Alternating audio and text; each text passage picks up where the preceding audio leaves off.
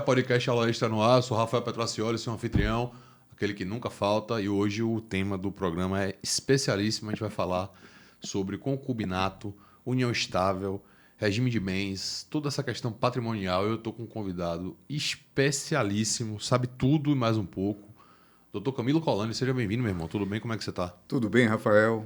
Boa tarde, Ive. Boa Prazer tarde. imenso estar com vocês, mais uma vez com vocês, agora aqui no podcast. Isso é verdade.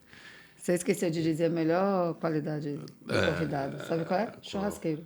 Tem que ser ele, Giovanni, Exímio! Então, né? Giovanni, então, A gente compra carne com o Giovanni e vai ele ser. faz. Fechou. Mas só funciona depois de eu ter feito assim, diga, molhar a palavra. Sim, é justo. Doutor Ivilira, tudo bem? Quanto tempo que eu não lhe vejo? Mentira, aqui no último podcast eu tô aqui. Você estava na rádio ontem? Não, ontem não. Mas aqui no coisa. podcast estou mais presente. Então do eu que tenho nunca. razão em dizer quanto tempo que eu não lhe vejo. É verdade, mais de uma semana. Uma semana, exatamente. Pronto. Não chegou atestado, não chegou nada lá na RH ontem não, viu? Agora vem cá. Esse podcast de hoje, quem deveria estar aqui, que é expert no tema, seria Carlos Frederico, Guerra Guerra Andrade, de né? Orleans, Andrade, Bragança. Ó, príncipe, você perdeu a oportunidade de estar E aqui. você sabe que o conhecimento dele não é técnico, né? É da experiência. Não é prático, é. Prática. Mas da quando vida. ele soube que era eu, ele preferiu não vir, porque agora ele é meu vizinho, ele buzina para mim na rua, quando eu estou Ele é seu passeando com o vizinho cachorro, também? meu Então você é vizinho de. Moramos lá no Alto Itagara. Eu moro Ah, então lá no você é Le Mans. vizinho de- Ah, porque eu ele sou um mora- pouco mais infeliz do que você, pô. Porque além de tudo, ele mora no meu prédio. No seu prédio, no Eu tenho reserva. que ficar encontrando na garagem. Estive imagina. lá semana passada, fui levar pós-aniversário o presente dele, que ele recebeu, que foi muito bem escolhido. Peço só para ele te mostrar depois, ele vai te explicar o que eu dei para ele de presente. Eu vou perguntar, mas sabe por quê? Porque ontem ao vivo na rádio ele tava intimando as pessoas que não levaram presente. Mentira. Você levou presente? Eu falei, você nem abriu seu sacana, seu O vagabundo. meu, Claro que eu o meu levei. quis levar em mãos, Depois, né? Pra poder ter depois, aquele... e quis Pra ele não ter comprovar que dúvida. era aquele que eu tinha escolhido mesmo. E foi perfeito. Nosso especialista, então, em casamentos. Não está na bancada hoje, mas estará em nossas memórias aqui durante o A programa. gente viu, usa Beda? ele como exemplo. Isso. Beijo pra você, lindo. Camilo, Ive já tem as reservas dela em relação a esses aspectos da minha psique. Eu sou um chatonildo do direito de família. Velho, o direito de família pra mim é uma bagunça, é um manjo. Mais ou menos. Eu acho que. Pai, velho, pior do que direito de família é só direito penal. Eu acho. De mangue. Eu adorei que você começou abordando dessa forma, porque era uma dúvida que eu ia estabelecer com o Camilo, assim. Eu tenho uma admiração enorme por Camilo, não só como profissional, como pessoa. E Camilo tem uma peculiaridade entre os familiaristas e que é de uma coragem extrema assim se posicionar na atualidade. Porque talvez essa ideia que você tenha do direito de família ser uma bagunça é muito sobre uma corrente vanguardista de que tudo pode dentro das relações familiares. E não é bem assim. Isso. E aí, mais talvez, ou menos. mais ou menos. E aí, talvez, se você. Não sei se você já chegou a ler algum texto de Camilo. Não. O Camilo vem trazer um posicionamento jurídico fortalecido, no sentido de argumento, de assim, peraí, vamos colocar um freio nessa Vamos arrumar- arrumação. vamos arrumar esse negócio Vamos aqui? Porque não é tão assim que tudo pode. Eu Tô errada, Camilo, nas minhas contaminado. Mais Fala. ou menos isso, Ive. Eu transito entre várias correntes, né, todas elas, as mais extremas de um lado ou de outro, as mais, digamos assim, libertárias, as mais conservadoras. Eu me posiciono num meio termo, mas nunca deixei de dizer o que a gente pensa e o porquê que a gente pensa tal coisa. Por exemplo, né, há muitos e muitos anos eu fui convidado por um bispo, e eu posso dizer porque isso foi público, era o bispo auxiliar de Salvador, Dom Carlos Petrini, professor da UXAL, hoje bispo de Camaçari, e Dom João Carlos me disse o seguinte: vai ser votado pelo STF em termos de decisão de repercussão geral, um recurso extraordinário, e que vai ser reconhecido o casamento gay. E eu uso aqui casamento gay na expressão universal, marriage, gay marriage. No Brasil nós temos medo de falar gay, Sim. porque gay virou uma palavra pejorativa, né? Então, pelo amor de Deus, eu não estou xingando ninguém, porque gay muitas vezes é xingamento no Brasil. Aí criou-se um homoafetivo. Sim. Aí eu disse, Petrini, não vai ser julgado isso. Vai, eu estou sabendo que vai. O embaixador do Papa, o núncio apostólico, está preocupadíssimo porque o Vaticano acompanha essas decisões no mundo todo. Aí eu fui ver, era o julgamento da possibilidade de união estável homoafetiva. Aí Petrini me pediu que fizesse um parecer, esse parecer para o embaixador do Papa e dirigido ao STF. É que eu, muitas vezes, não divulgo o que a gente acaba fazendo, até porque isso não é para ficar espalhando. Sim, né? claro. Então, eu passei um carnaval, Ive Lira.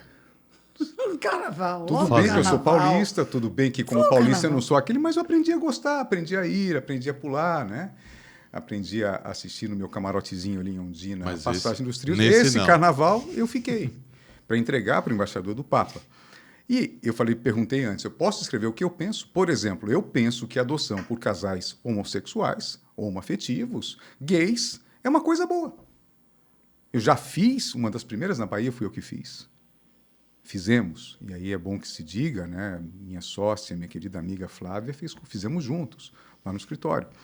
Fizemos já 2 ou 3, essa foi uma das primeiras que nós fizemos. E eu falei, eu vou escrever isso no parecer. Não, pode colocar. Agora, por que você defende? O bispo me perguntou. Por uma razão muito simples. Entre uma criança que vai ser criada, sabe-se lá Deus como, ser adotada por um casal, eu estou dando uma oportunidade para essa criança, uma chance de vida. Então, a sociedade agradece isso. Né? E escrevi esse tipo de coisa. Agora, mais uma vez, eu escrevi aquilo que eu penso realmente. Eu acho que um dos motivos dessa bagunça que nós estamos vivendo, Rafa, é esse ativismo judicial, o STF legislando, o ativismo administrativo do CNJ, o CNJ legislando. Então, é isso que gera essa insegurança jurídica. Agora, isso não é só no Brasil. Nós estamos passando por uma realidade mundial de extremos. Né? Eric Hobsbawm, em 1985, 84, escreveu A Era dos Extremos. Não, a Era dos Extremos é agora. O mundo todo está nos extremos. E, nesse extremo, a tripartição dos poderes lá do Montesquieu... Ó, Carlos Frederico, essa eu gastei agora, viu? Você está me devendo essa depois, viu? A tripartição dos poderes de Montesquieu já não se justifica. Já não se concebe nessa sociedade. E nós estamos caminhando para uma sociedade extrema. Por exemplo, qual é a alternativa para o sistema ocidental democrático? Vamos lá. De um lado, o sistema russo, de domínio e legislação. Do outro lado, o sistema chinês, de domínio e legislação. E, de outro lado, o sistema islâmico, de domínio e legislação. A maior discussão que a gente tem hoje na Europa, e é uma coisa assustadora, e eu digo isso com tranquilidade, a gente tem muitos contatos, eu tenho um irmão que hoje é francês, eu tive uma irmã que morou na Holanda e fez um curso de Direito de Família Internacional em Haia, e as nossas discussões eram o seguinte: o dia que a população francesa for majoritariamente islâmica, o que vai acontecer? Breve. Com um sistema breve, 1900, olha a falha aqui. Né? 2035 eles serão maioria, nessa projeção. E aí, com o domínio majoritário da população, você muda a legislação. Então, isso é um drama. E ao mudar a legislação, você vai ter o casamento poligâmico apátride, você vai ter a submissão feminina, a educação majoritariamente religiosa, teocrática, e sabe-se lá mais Deus o quê. Então, o mundo está caminhando, e eu sou um pessimista nesse sentido, para um dilema. Ou nós estamos do lado que defende esse modelo ocidental, ou estamos em outros modelos. Né? E onde isso bate no direito de família? Em tudo. Bate em tudo. Ah, sem dúvida. Bate em tudo. Mas porque assim, a gente tem essa visão, essa questão do ativismo em diversos ramos do direito. Claramente, por alguns, o STF não se interessa. Enquanto que, claramente, por outros, ele se interessa muito. Isso é muito latente. Né? Tem coisa que o STF fala, pô, isso aqui... Cara, não, isso aqui não. Tem o apelo constitucional, tem a necessidade da atuação, mas não, isso aqui não... Ao passo que, por outro lado, questões que não deveriam ter um afeto constitucional, o cara chega lá e fala, não, mas isso aqui eu quero julgar, isso aqui eu quero julgar. Isso acontece muito. Dentro dessa visão, você enxerga, o STF em direito de família, ele legisla? Vamos lá. Eu lembrei de 2 coisas. Né? Eu lembrei de Érico Veríssimo, que foi um autor da minha infância, muito apaixonado, né, que eu tinha pelo Rio Grande do Sul, pelas histórias, né? E tem um ditado no Rio Grande do Sul, eu não sou gaúcho, né? Tive poucas vezes no Rio Grande do Sul, que diz assim: cachorro que come ovelha uma vez só matando. Então, certos hábitos negativos que o cachorro não deveria ter, você tem que acabar.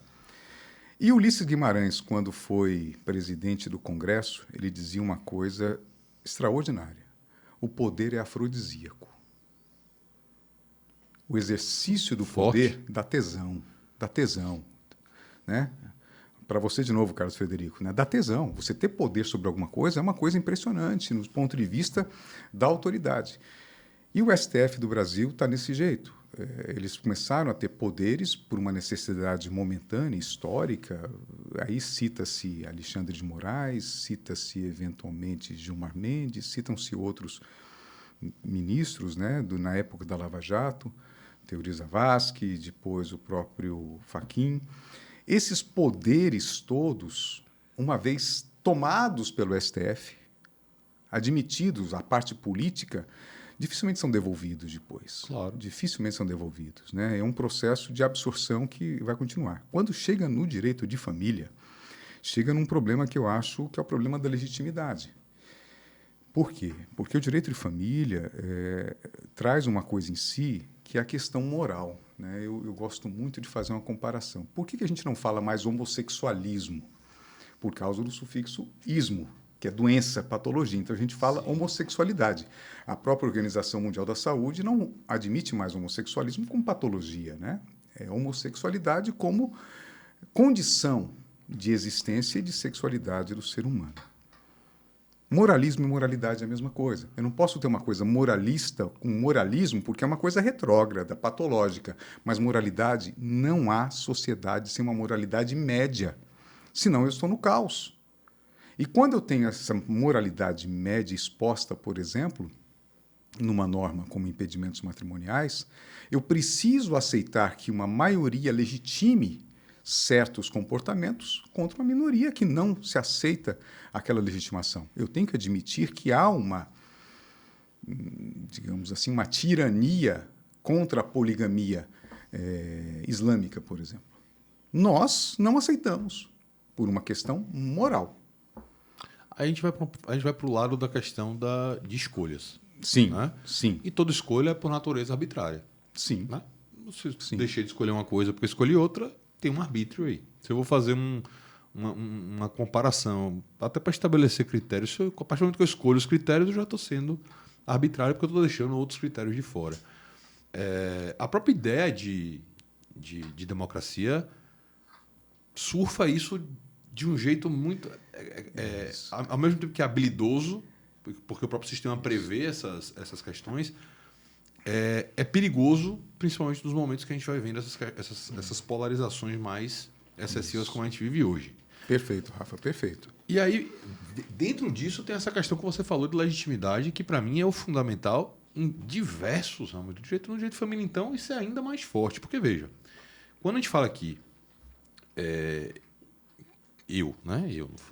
só eu que falei, viu? Que direito de família é uma bagunça. Muito desse sentimento não é do direito de família. Isso. É das relações reguladas pelo direito de família. Como assim? O cara talvez seja onde o mundo da vida ande mais rápido em comparação a outros ramos do direito, que está sempre atrás, correndo atrás para regular. Então, em tudo o direito está sempre atrás. Isso é um fato. Mas no direito de família, parece que o direito de família tem uma velocidade extra. Porque são as coisas acontecendo no dia a dia das pessoas, pô. Então, Perfeito. acho que é o núcleo, né, de intimidade Perfeito. jurídica mais rápido que a gente tem. Porque as coisas acontecem independentemente do direito. Ah, mas o direito diz que está errado, meu amigo. Mas o cabo ali está apaixonado. Tá vivendo isso. O cara ali está vivendo isso dessa maneira. O cara que tá... Então... fica ruim, ainda pior, na verdade, para o direito, acompanhar isso. Esse é um lado da questão. E aí você, para que o direito consiga acompanhar, você depende necessariamente, em tese, do poder legislativo. Isso. Se aquele legislativo não está balanceado com as pretensões da população que o elegeu, que é uma tônica nossa já tem uns 40 anos, a gente não tem um legislativo representativo. Acho que Marco, que esteve aqui recentemente, membro do Ministério Público, falando sobre algoritmocracia. Um dos pontos dele é justamente esse. A representatividade da gente é zero. As pessoas que têm a procuração não fazem o que o povo quer. E aí cai no colo do judiciário, pô. Porque o cara chega e olha, porra, eu estou vivendo isso daqui. A lei diz de outro jeito, ou às vezes nem diz. O Congresso Nacional não está fazendo absolutamente nada. Eu não posso ficar nessa situação aqui sem algum nível de segurança jurídica. Para onde eu vou? Judiciário. E aí entra, é ativista. Mas a pergunta... Meu Deus, eu fiz uma pergunta palestra. Desculpe, Fred, eu roubei sua marca registrada. Perdi no seu início. Eu roubei sua marca registrada. Não, eu tentei passar por um caminho de legitimidade para poder chegar nesse momento aqui de que talvez o ativismo, no caso de direito de família, seja um mal necessaríssimo. Vamos lá. Tem um autor francês, eu estou muito citador hoje, né? Fica à vontade, que isso aqui é cultural, chamado Jean Carbonnier. Em 1993, 94, quando eu estava concluindo o meu mestrado, eu devia ter uns 12 para 13 anos, diga-se de passagem, né? Para vocês fazerem um cálculo de idade, né? Prodígio. Ele dizia que em direito de família não adiantava mais legislar.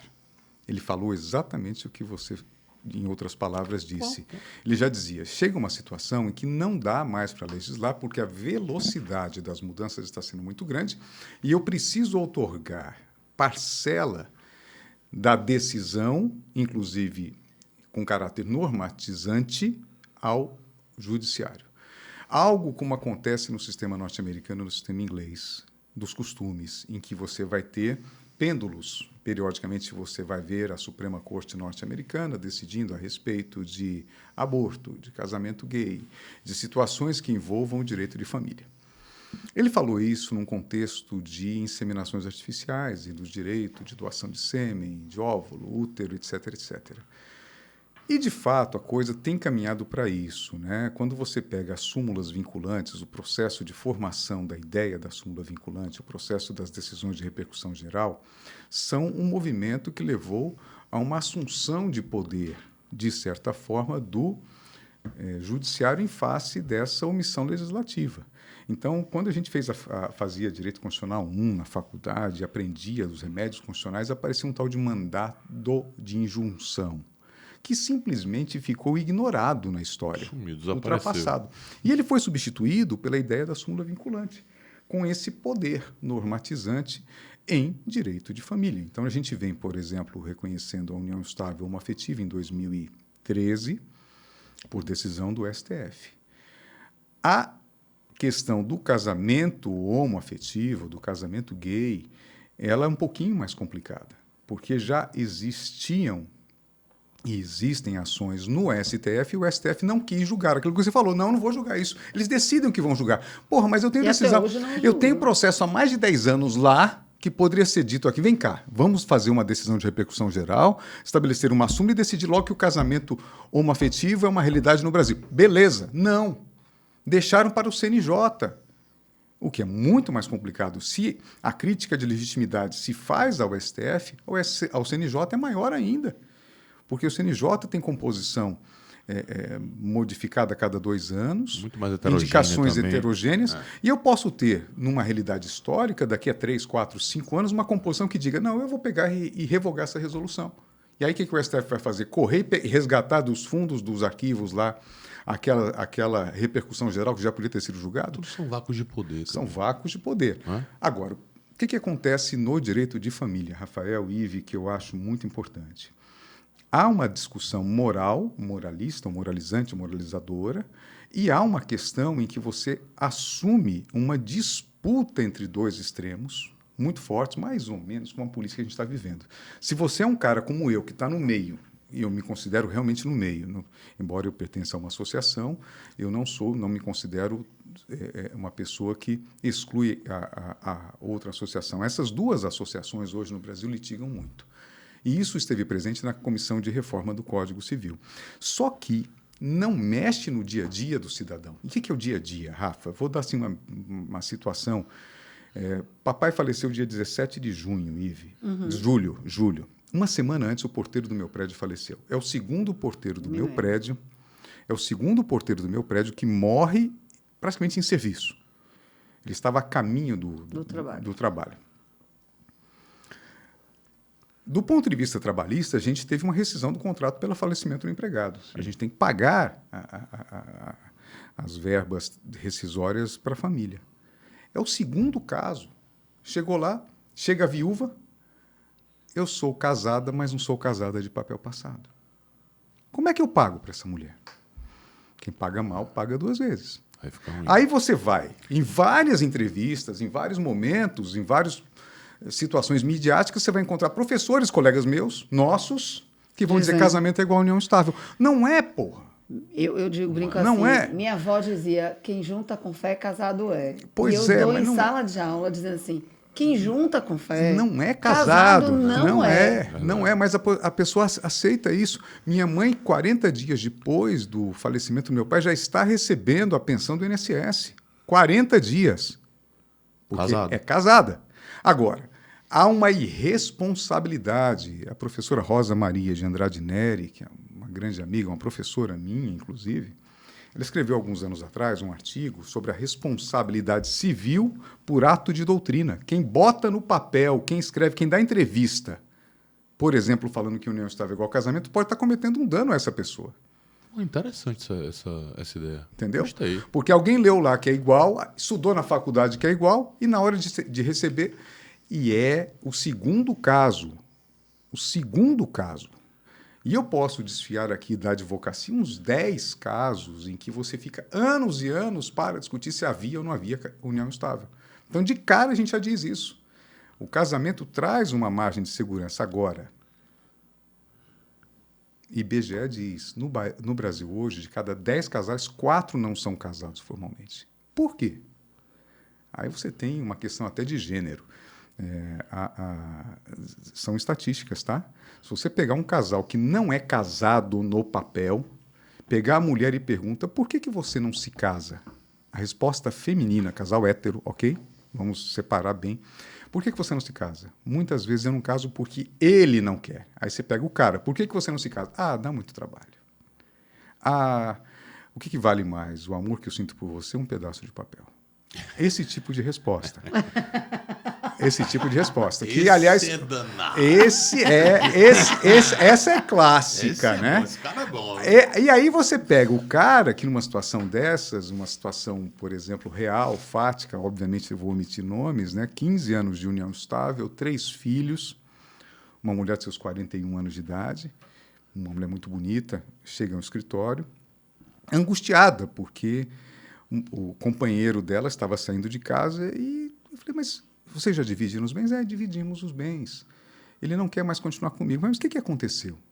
Ele vai casar com uma menina mais nova, 26 anos de idade, na igreja e no civil, coisa que era o sonho dela. E os nossos filhos serão os pajens desse casamento. Aí, meu amigo, você pode ser o seguinte, entendeu? Civil, entendeu? Novela. Aí, velho, aí você pega essa mulher, a porrada que ela toma, meu irmão.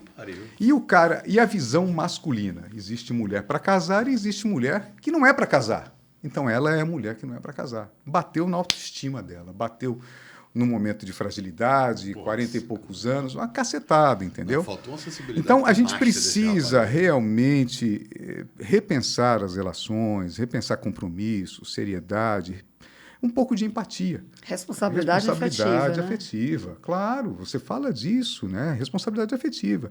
Você está com essa pessoa, por que não casar? A pergunta é, por que não casar? Você vai estabelecer uma condição de segurança para ela. Ah, mas e se depois tiver um divórcio? Meu amigo, um divórcio ou uma dissolução de união estável, o divórcio é mais fácil que a dissolução de união estável. Entendeu? Mas é a cultura do brasileiro é muito complicada, 40%. Aí você pega uma coisa que é muito interessante. E na Bahia?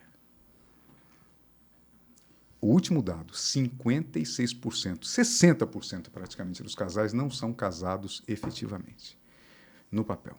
O pessoal está juntando. E aí, a efetividade da norma. Lá em 1988, quando se reconhece a união estável na Constituição, se dizia, devendo a lei facilitar a sua conversão em casamento. Não converte nada em casamento. É muito mais difícil converter do que você casar. Porque você tem questão de... Eu tenho uma de orientanda...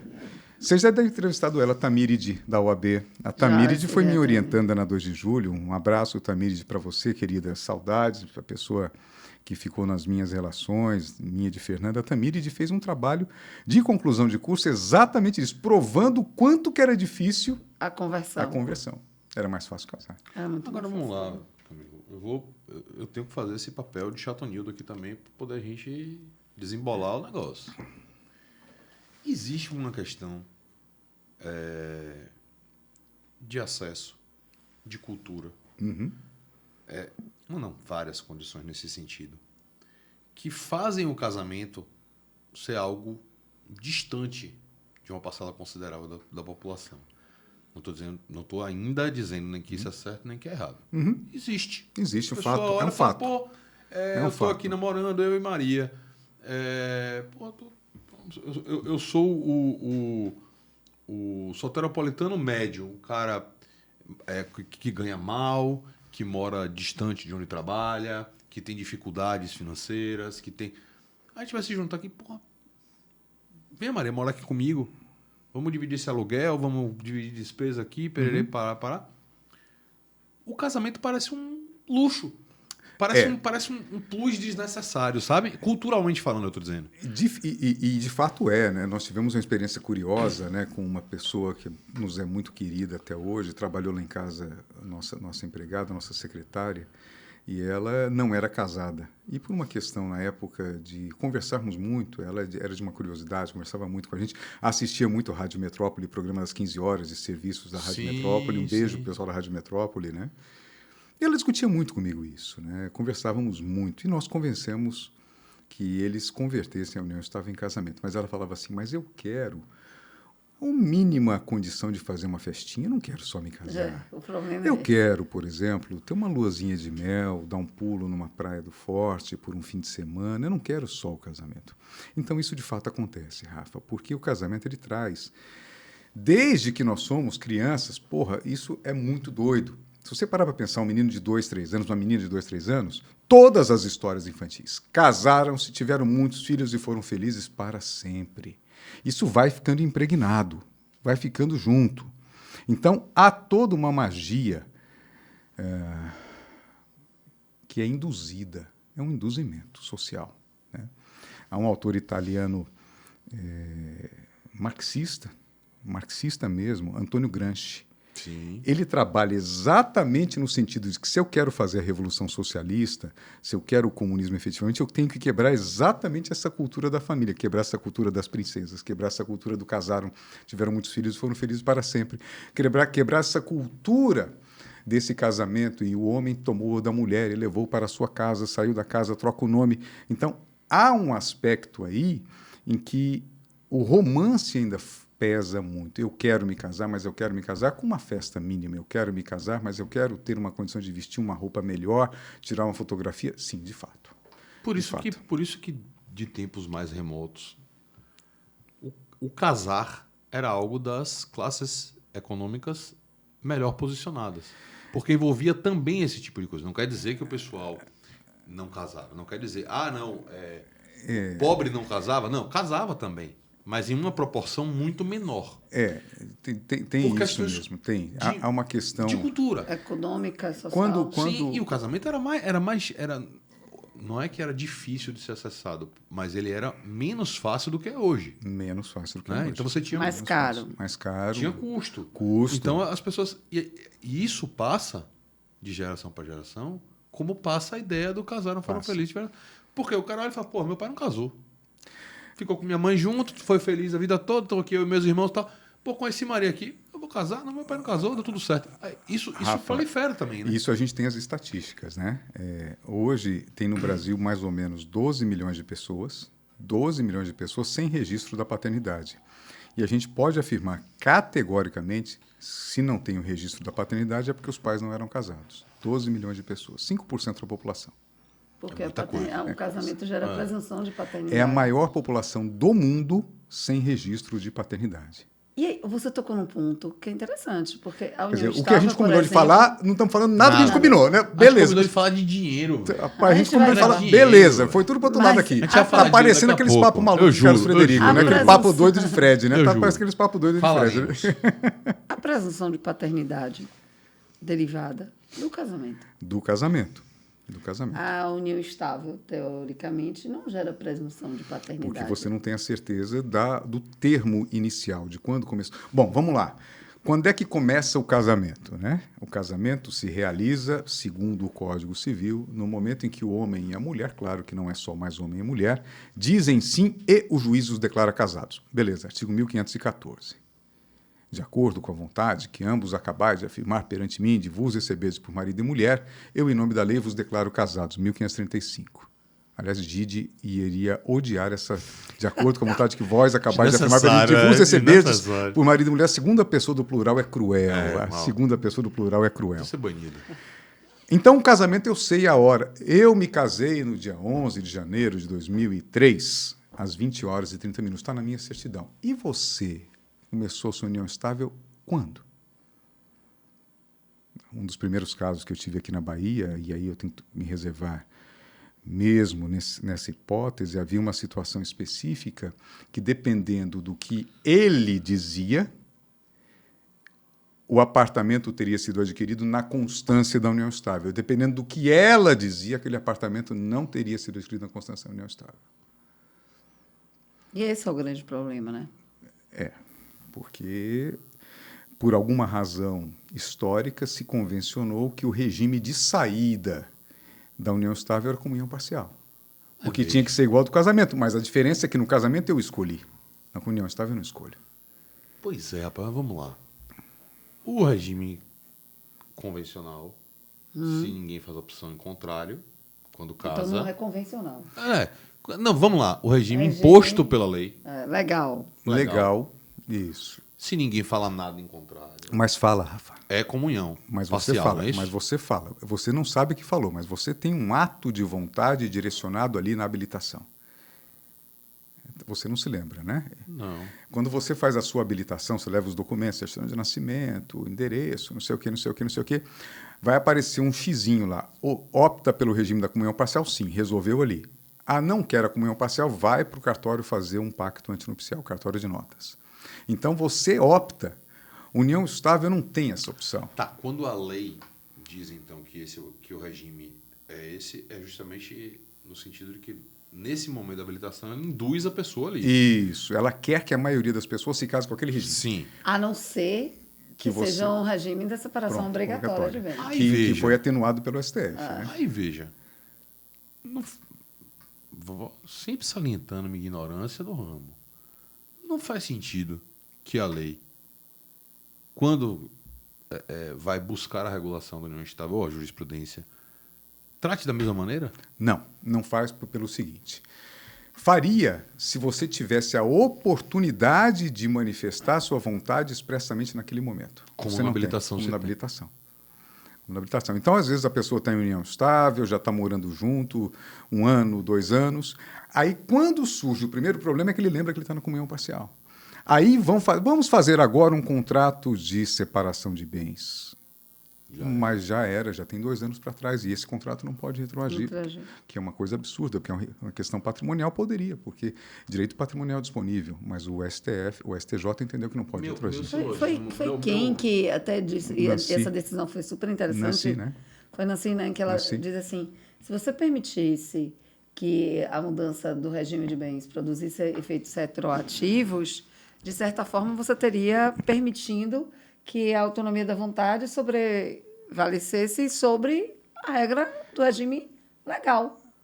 Porque se a norma diz, se você não optou por um outro regime, vigora o regime da comunhão parcial. Mas você não tem o momento dessa opção na união estável. Esse que é o problema, né? Meu raciocínio foi no sentido de...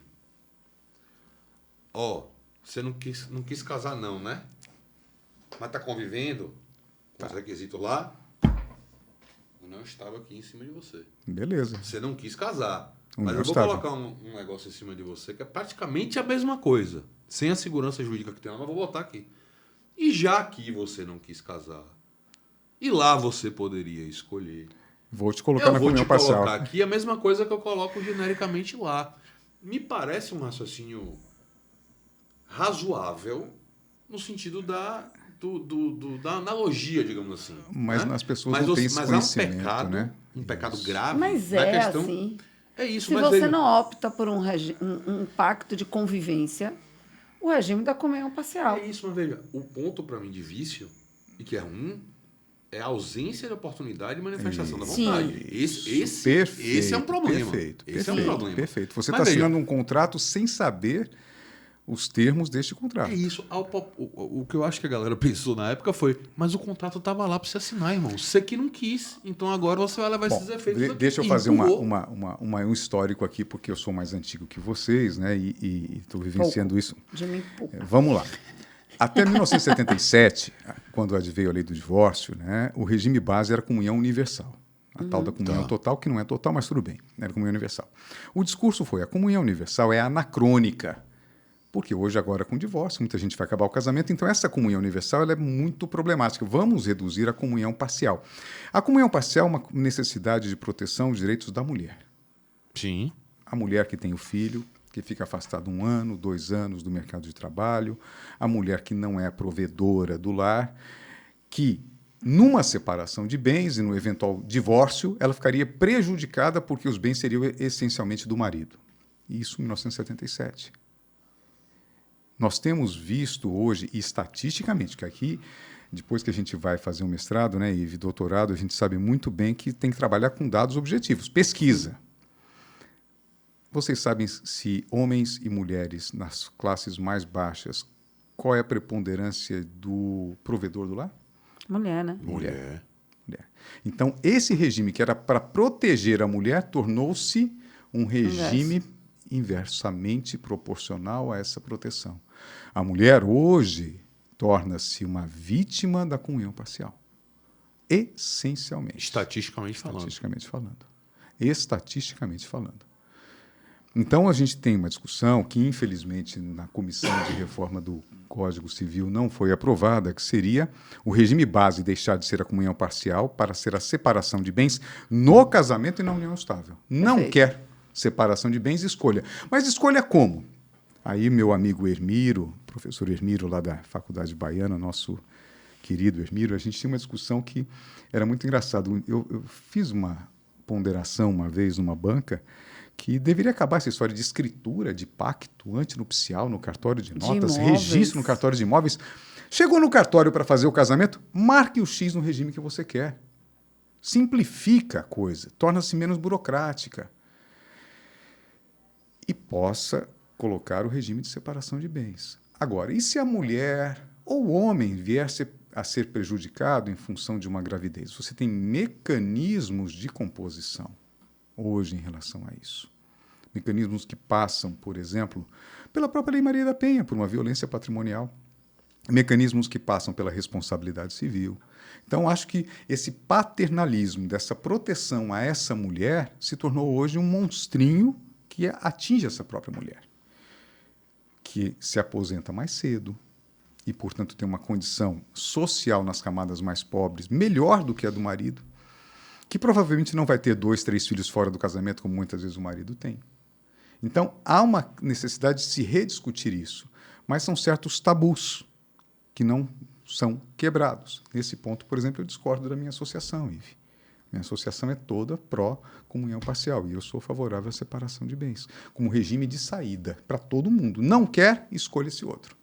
Escolha esse outro. Vamos aproveitar que a gente entrou nesse negócio, dinheiro. E vamos falar de... Vamos pegar umas planilhas de Excel aqui agora. Bora fazer conta aqui agora. Bora fazer dinheiro. conta. Vamos dar uma resumida, Camilo, em quais são os regimes. Inclusive aqueles mega anacrônicos. Aqueles que não existem, né? Que não existem. Vamos lá. Citar. Vamos começar pela... Até porque alguém pode estar assistindo aqui e falar, porra, se eu soubesse que existia esse, eu tinha escolhido. Já foi agora, meu irmão. Vai lá. Vamos lá. O primeiro regime, que é o regime base, que é o regime da maioria das pessoas, né? É o regime da comunhão parcial de bens. Tá? Então, é como se tivesse assim, o que é só do marido, e eu vou falar marido e esposa, mas obviamente não tem, é só por uma questão dos cônjuges, né? Do cônjuge A e do cônjuge B. E o que é comum? Nesse regime da comunhão parcial, por exemplo, herança não se comunica. E aí ocorre um problema teórico no direito que até hoje eu não entendi, que é muito simples, que o acessório não acompanha o principal. Acompanha para tudo, menos nesse caso. Eu recebo um apartamento de herança do meu pai. O apartamento é só meu, mas o aluguel tem que dividir com a minha esposa. Então, o acessório não acompanha o principal. Porra, Camila, então peraí. Vocês não estão se ajudando. Você entendeu? Fala que é um mangue, você entendeu? Aí, benfeitorias. Aí frutos, ontem, atendendo uma família que perdeu também um pai, mas ações que o pai tinha da empresa são anteriores ao casamento. Perfeitamente, mas os dividendos, as retiradas, o lucro são posteriores. E isto significa que os frutos não acompanham o bem principal.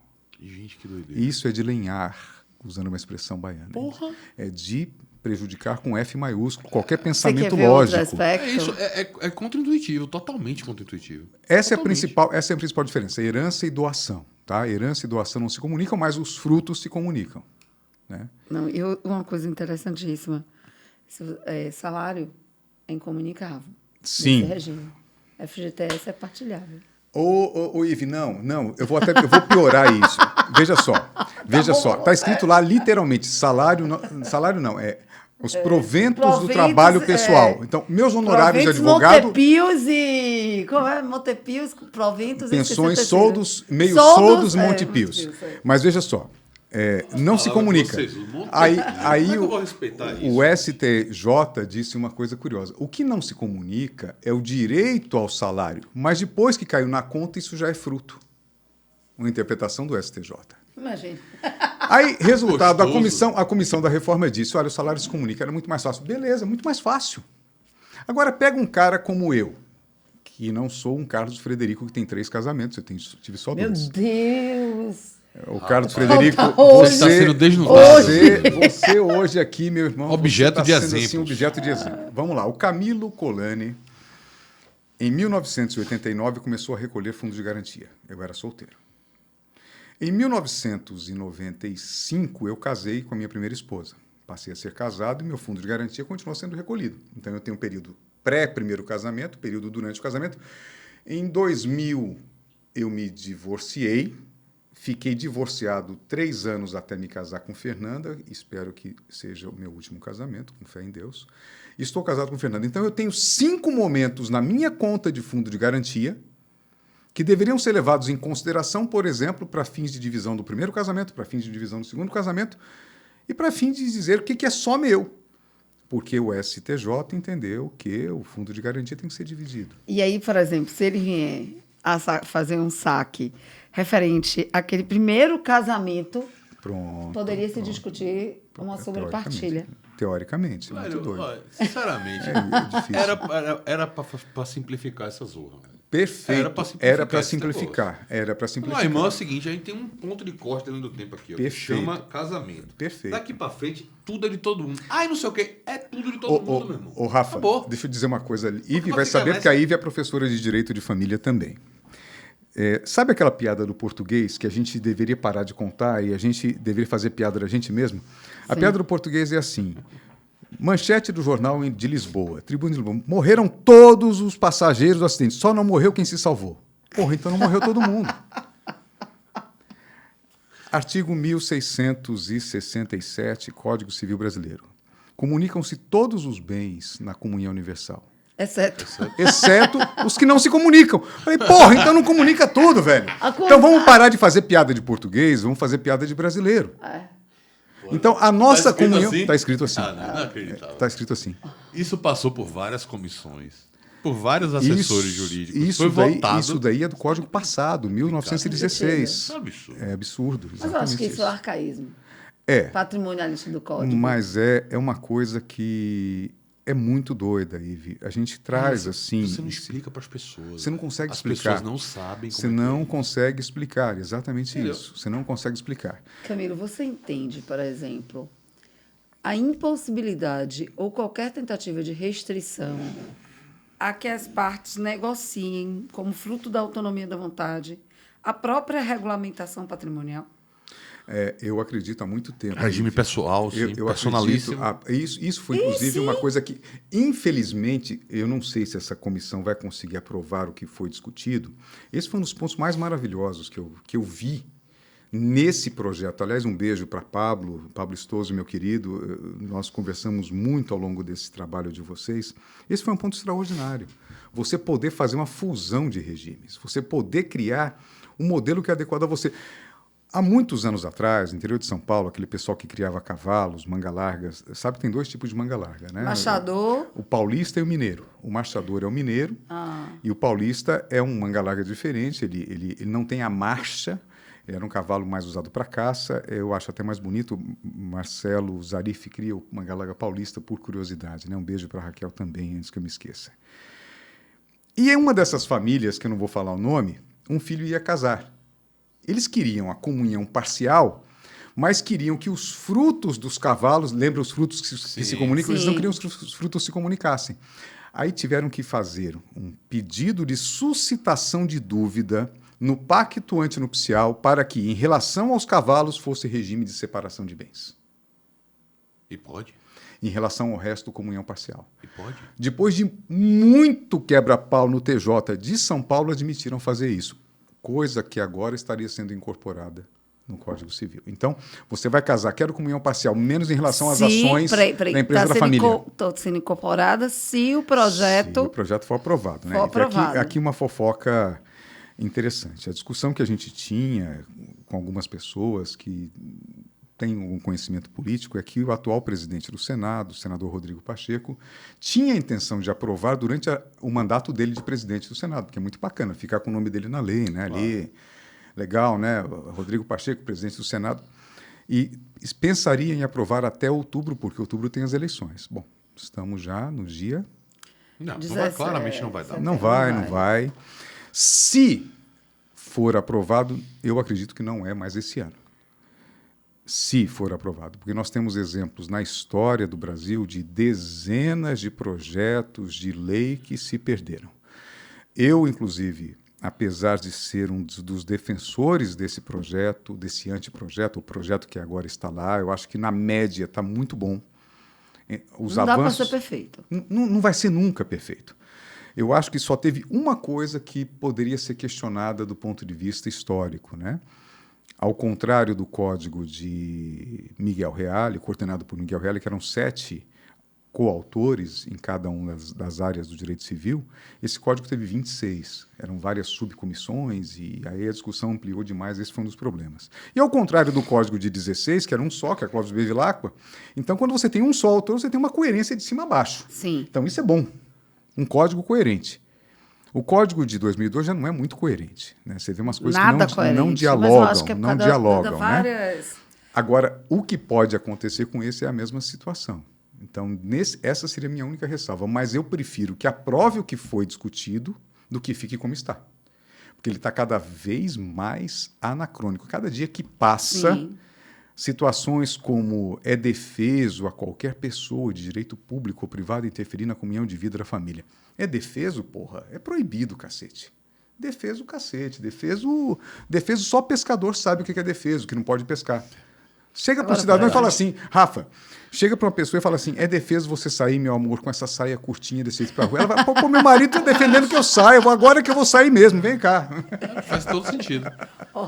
Mas, por exemplo, tô cheio de caraminhola na cabeça aqui. Fazer desaparecer o regime da participação final nos aquestos, pô. Ive, eu nunca vi. Eu vi. Eu vi. Peraí, sem spoiler. Porra, eu nunca vi. Eu vi uma aluna que chegou há muitos anos atrás, professora, eu sou casada nesse regime. Eu falei, não, eu quero ver o seu pacto. Ela disse, não tem pacto. Eu falei assim, então não tem regime. Então tem regime. Ela casou muito próximo com a entrada em vigor do Código Civil de 2002. E aí eu acho que a pessoa no interior não tinha sabia acabado fazer, de aprender, ouvir falar daquele regime da participação final anotou o regime dela, pronto. Não, seu regime é participação mas final não tem pacto, não tem o regime. Não tem pacto, não tem efeito nenhum. E aí, eu disse, você não é casada dela? Não acredito. E ela achava o máximo, Bom, que ela esse nem sabia. regime para mim, assim, Camilo, desculpe, só para a gente poder entender. Já falou da comunhão parcial. isso, das excrescências da comunhão parcial. Falamos, inclusive, das questões... Da comunhão universal. Agora, vamos falar dos demais, vá. Deixa eu só falar um pouquinho da comunhão universal, que seria a grande diferença para a comunhão parcial, que na comunhão universal você é herdeiro do seu sogro. Isso é bacana. O regime do golpe do baú é comunhão universal. Sim. Lá você vai ser herdeiro do seu sogro. Quer dar o golpe do baú, casa na comunhão universal. Aí você vai herdar. Há casos, inclusive, do cara, o sogro morrer, 2, 3 meses depois, com o inventário aberto, o cara se separa da mulher e ainda continua no inventário do sogro para receber a parte dele. Doideira também. Não, Aí você vai numa audiência dessa e ninguém entende porque é baixaria. Aí você não sabe, né? Porra, Uma situação de um cara desse merece. Tem que aceitar a baixaria. Mas o que a gente chama de incompatibilidade histórica total é o regime da comunhão da participação final nos aquestos. Começa com o nome aquestos. Aquesto. Que já ninguém sabe que inclusive... Não, o nome inteiro é gigante. Ninguém quer nem mais falar. Não, qual é esse aí? Não. Aí você pega o aquesto que tinha uma coisinha que eu gostava muito, que era o trema, né? E tiraram o trema. Tiraram o trema. Aí agora você pede uma linguiça e pede um regime do aquesto, né? Então, o regime dos aquestos é um problema muito sério, porque aquesto é qualquer bem que você compre que você adquira onerosamente na constância do casamento. Então, na participação final dos aquestos, durante o casamento, você vive um regime de separação. Cada um administra o seu patrimônio separados. No momento em que você se divorcia, você tem que pegar o que você comprou, o que a sua esposa, o seu marido comprou, trazer para a divisão. Então, quem comprou mais, perde mais. Então, por exemplo, eu tenho uma casa que eu herdei de R$1 milhão. Meu pai me deu uma casa de praia de R$1 milhão. Eu comprei um carro de 200 mil. Então, eu tenho 2 milhões e 200 aqui. A minha esposa tem uma casa que ela comprou de R$1 milhão, um apartamento que ela comprou de R$1 milhão para alugar e ela comprou um carro de 2 milhões e 200. Ela comprou todo o patrimônio dela. Ela tem o mesmo patrimônio que o meu. Nós vamos divorciar. Eu entro com o meu carro de 200, ela entra com 2 milhões e 200, Sim. Fica 2 milhões e 400, eu saio com 1 milhão e 200, ela sai com 1 milhão e 200. Ela entrou com 2 milhões e 400, sai com 1 e 200. Eu entrei com 200, saio com 1 e 200. Da porra. Mas em compensação, Dependendo de que lado na você vigência, esteja, é massa, né? Na você tem uma maior vigência, autonomia de gestão patrimonial. Isso, você tem autonomia, você gerencia os frutos, mas aí é o grande problema. Isso aí pode impactar depois nas sucessões. Sim, porque teve um claro. cara lá atrás, em 1970 e bolinha, que entendeu que o cônjuge devia ser também herdeiro em muitos casos. Aí ele misturou meação com herança. Então, uma frase que a gente diz assim, meação é uma coisa, herança é outra. Então, você pode dizer, porra, então, esse casal, se o cara morrer, o que acontece? Pode ser que ela não tenha direito à meação, mas ela vai ter direito à herança. Então, são coisas separadas, Rafa. Que aí já é outra confusão terrível. Aí é pior ainda. É questão ainda. sucessória. Mas eu fiquei com essa caraminhola na cabeça aqui pelo seguinte. Ive falou aqui da questão da possibilidade de que seria sensacional se fosse possível que cada casal fizesse o seu próprio regime. Isso. Né? Ó, vamos sentar aqui, a gente vai botar no papel como é que vai ser. Vamos criar nossas regras. Contratualizar aqui agora. Afinal de contas, a própria decisão do casamento é uma manifestação de vontade. Perfeito. Nada diferente do que a manifestação de Lembrando que são vontade no direitos contrato. patrimoniais Disponíveis. Exatamente. Não é direito de criança, não são alimentos. Não estamos entrando nessa seara. Exatamente. Aí vamos lá. O cara tá hoje, ele quer casar. Aí ele é um cara muito perspicaz e preocupado. E aí ele vai olhar, deixa eu ver o que a lei fala sobre os regimes. Aí ele lê tudo isso, né? Parcial de mês, papapá, não sei o que, não sei o que, ela dá quest, isso aqui eu não vou nem olhar, essa porqueira. E aí ele olha aqui e fala, pô, mas eu não vou parar por aqui. Eu vou dar uma olhada na jurisprudência. E aí ele vai, pesquisa e vê e fala, pô, não, isso aqui, ó. Aí ele entra no casamento sabendo todos os pepinos que ele pode enfrentar em termos patrimoniais. Ali naquele momento. Ó, porra, eu sei que meu FGTS vai ser partilhado, apesar disso não estar escrito lá. Eu sei que aqui isso aqui partilha, isso aqui não partilha. Eu sei que a herança de meu pai, eu vou ficar com o bem, mas os frutos eu vou dividir. Estou sabendo de tudo, porque eu também me meti na jurisprudência. Aí ele fica casado 20 anos. E quando ele vai divorciar, a jurisprudência é outra. Muda. totalmente diferente. Ou a lei muda, né? Ou a lei muda. Ou a lei, No como caso vai da pra lei, fora, eu né? acho menos traumático, porque é uma representação, digamos assim, há uma legitimidade muito Sim, forte na sim, alteração Ó, da o lei. início da conversa. Mas Tá vendo, essa- né? A legitimidade Fez o- é... não tem jeito. Voltou. Mas eu estou indo para o caso da jurisprudência porque é onde falta essa legitimidade e onde há uma dificuldade maior, inclusive, de tornar público. Com certeza. Quando tem uma mudança de Claro, lei, você claro. tem que publicizar. A jurisprudência não necessariamente. Aí o cara, porra, eu tô sabendo. Quando eu casei, velho, ia ser assim, ó. Agora virou de ponta cabeça e é assim. A gente não tem nenhum tipo de Garantia. de caso Segurança. real que você já tenha visto, de se invocar no momento da dissolução, né, do casamento. As regras valentes para a época em que foi celebrado o casamento. Porque, não, veja, desconheço é o totalmente, momento Rafa. da celebração de vontade foi aquele. Desconheço Mas totalmente. efeito é sempre atual. Aí Agora, contrato. É um contrato, gente. Aí- Eu concordei com isso, isso, isso e isso. aí é a grande questão, que vem a reforma. E a gente vem Essa fortalecendo reforma, essa autonomia, né? essa reforma, teoricamente, ela fortalece a autonomia, dá mais espaço, facilita você mudar seu regime de bens de uma maneira extraordinária. Tem um outro raciocínio interessante, né? Quando o Código Civil de 2002, que não é de 2002, é de 1977, Sim, eu gosto de diga-se frisar de passagem. isso. Ele foi apresentado no Congresso em 77.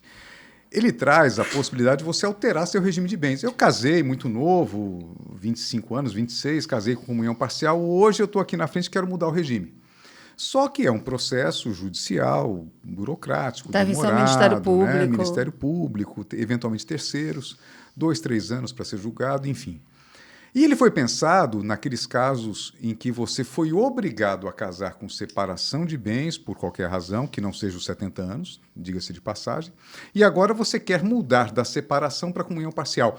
Atirou no que viu, acertou o que não viu. Eu nunca vi, das algumas alterações de regime de bens que eu fiz, alguém sair da separação e ir para a comunhão. Ao contrário. Sempre entrando na inverso. separação. Por quê?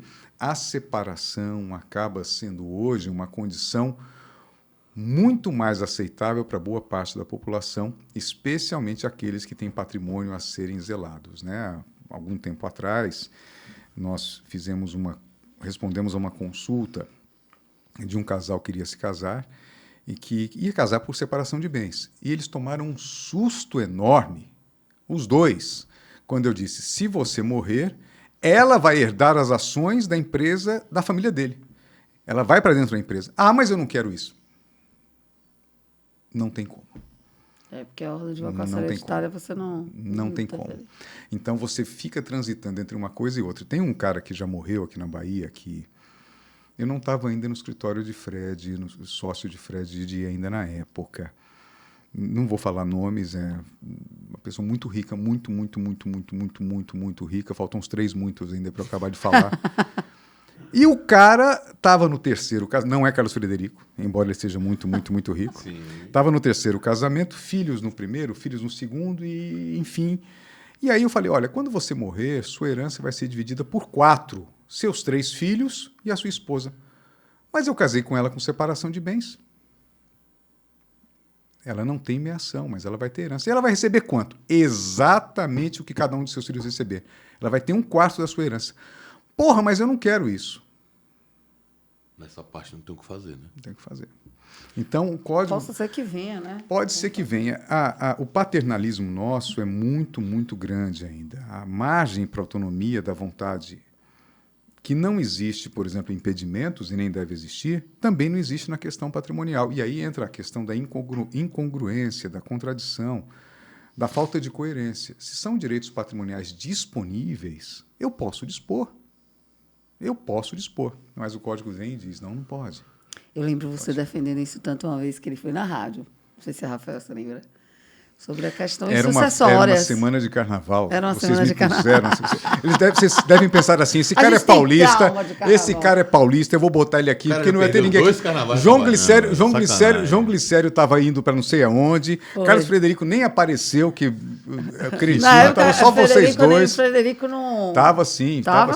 tava. Não, ele foi esse dia. Ele Ele foi, porque todas as vezes que eu faço alguma coisa, o Fred me prestigia. Isso eu tenho que reconhecer. E você bateu justamente nessa questão, na autonomia patrimonial para questões sucessórias. Pois é. Mas a gente não tem como segregar o planejamento Sucessório. patrimonial familiar do sucessório. Não tem. Mas é que tá. E aí, essa dificuldade trazida por essa ausência de plena capacidade de disposição patrimonial alimenta o desejo... Alimenta o conflito. Isso aqui, o nosso código ele é um código belicoso. Ele não é um código Ele quer ver a madeira piar. Ele é belicoso. Você quer ver uma coisa que aí a minha querida Rita Bonelli fica furiosa quando eu falo Concorrência. isso. A concorrência com a madrasta. Porque você pensa assim, eu vou dividir herança com a minha mãe. Meu pai faleceu, eu divido com a minha mãe. Beleza. Problema nenhum. O que vai para minha mãe, um dia vem para mim. De boa. Não tem conflito. Agora, divida a sua herança com a sua madrasta. Aí o pau quebra. Eu tenho uma Complicado, pessoa né? que está Complicado, na né? delegacia. Divida a herança com a madrasta, entendeu? Então, assim, claro que existem madrastas que são boadrastas, né? A Rita Bonelli é uma delas, né? É uma pessoa maravilhosa e que tem um relacionamento maravilhoso. Mas isso não pode ser extraído como regra, André né? vai estar aqui semana Pois que é, vem. por isso que eu falei. Você me falou, Já fez logo a média. amo de paixão Semana os passada dois, foi né? muito engraçado. Amo André, amo Rita Essa só fala, demais. o professor Marcos Gurgel estava no congresso semana passada que eu tive lá, e aí ele estava se apresentando, né? O pessoal falou o currículo dele e tal, ele falou, esqueceram uma parte do meu currículo, eu sou marido da professora Cristiane Gurgel. Inclusive, essa é a minha principal atribuição de vida, a que mais me faz feliz, tal. Aí ele terminou de falar, falou, inclusive, ela vem palestrar aqui amanhã também. Quando ela vier, falem para ela que eu falei isso, por favor. Pô, esse cara é um profissional, esse cara sabe o que está fazendo. Então, Camilo, o ponto nessa questão dessa ausência de possibilidade de você gerir o seu patrimônio como você quiser, com tanta marra que a lei traz, seja na questão do regime de bens, seja na questão sucessória, que a gente não vai nem trazer aqui para não complicar 1 milhão de vezes mais a questão. Inclusive, a gente fez um episódio recentíssimo com a professora Rita Bonelli sobre as alterações de sucessões nesse projeto de reforma. Assista lá depois. O ponto que eu queria que você me falasse sua opinião. Porque, veja, os fatos da vida não vão se adequar, a gente já falou sobre isso aqui, não vão se adequar sempre ao que está escrito na norma nem na jurisprudência. Fato. Há essa dificuldade de autonomia patrimonial. Fato. Isso alimenta um mercado, digamos assim, de burla. Excelente, Rafael. Eu ia dizer isso. O Brasil é campeão mundial De jeitinho. de fraudes, simulações, utilizações de subterfúgio que, algum tempo atrás, eu não sei se vocês se lembram, Ive talvez tenha ouvido falar de uns caras que faziam umas palestras, uns caras de São Paulo que andaram pelo país todo falando blindagem patrimonial. Ah, é o rasta para cima? Blindagem. Então o cara Então, acho que tem uma blindava. galera, Vou blindar tem o uns patrimônio. fiéis aí. Vou Porque blindar. blindagem é a cara do Mas do não, esse é a enganação, segunda etapa. O blindar o casamento é uma segunda etapa. Não, mas a blindagem patrimonial. O cara começava a blindar. Então, como é que ele escondia da esposa o patrimônio que ele não queria que a esposa tivesse? Ele já estava armando. Então, você tem cunhado, filhos de um outro relacionamento. Filho fora de casamento tem que ser prejudicado também. Então, o Brasil criou uma cultura. E quando a gente fala cultura, a gente fala assim de uma questão moral, de uma questão ética, né? A cultura do jeitinho, a cultura da fraude, a cultura do esconder, a cultura do omitir, ela acaba surgindo como uma alternativa ao que a lei não permite.